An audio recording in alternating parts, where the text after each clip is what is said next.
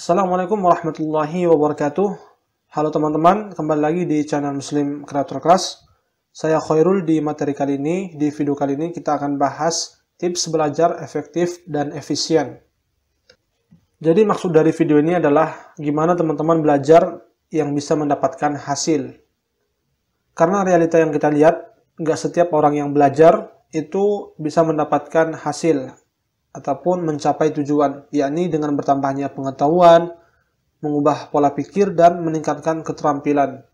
Buktinya banyak di antara kita yang belajar, yang sudah lama belajar, tapi sama sekali ilmunya nggak nambah-nambah.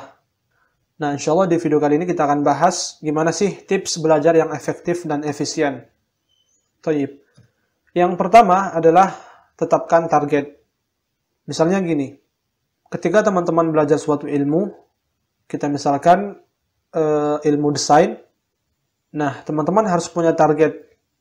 Kalau di kelas kita, di Muslim Creator Class, itu kan ada banyak materi desain tuh. Nah, teman-teman harus punya target kapan harus menyelesaikan materi tersebut. Tentunya nggak harus muluk-muluk ya. Harus selesai dalam waktu 1 pekan atau 2 pekan. Intinya kembali ke teman-teman. Ya, karena kesibukan kita juga pastinya berbeda-beda ya teman-teman. Kenapa kita harus bikin target? Biar waktu teman-teman yang luang, yang kosong, itu terisi dengan hal-hal yang produktif. Anda yakin kalau kita nggak bikin target, itu biasanya suka didiamin, ataupun kita nggak belajar. Kedua, tips belajar efektif dan efisien adalah atur jadwal belajar.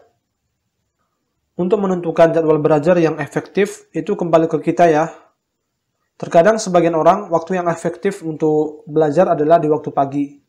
Ada juga yang di waktu siang, atau ada juga di waktu malam. Nah, itu kembali ke teman-teman. Teman-teman bisa sesuaikan saja waktu yang dirasa nyaman. Kemudian setelah kita tentukan waktunya, misalnya di waktu malam, maka di waktu tersebut, teman-teman hindari multitasking, agar kita bisa fokus ke pelajaran. Kemudian, yang ketiga, tipsnya adalah buat ringkasan. Sambil menyimak materi, kalau misalnya ada yang penting, teman-teman bisa catat tuh. Kita buat ringkasan dengan kalimat kita sendiri yang mudah kita pahami. Keempat, pahami bukan menghafal. Kalau sekedar menghafal, itu biasanya tingkat kelupaannya lebih tinggi ya, daripada orang yang belajar dengan memahami materi. Kalau menghafal, itu lebih efektif dalam jangka waktu yang pendek. Seperti itu. Kemudian yang kelima, jangan malu untuk bertanya.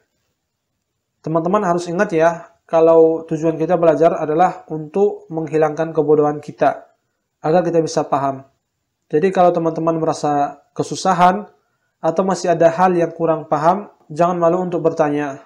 Dan yang terakhir adalah pantang menyerah. Sebagai penutup, saya bawakan nasihat dari Yahya bin Abi Katsir rahimahullahu ta'ala. Beliau mengatakan, La yustata'ul ilm birahatil jism. Yang artinya, ilmu tidak bisa diraih dengan badan yang santai-santai. Oke, itu saja yang bisa saya sampaikan. Kurang lebihnya saya mohon maaf atas perhatiannya. Saya ucapkan jazakumullahu khairan. Demikian, barakallahu fikum.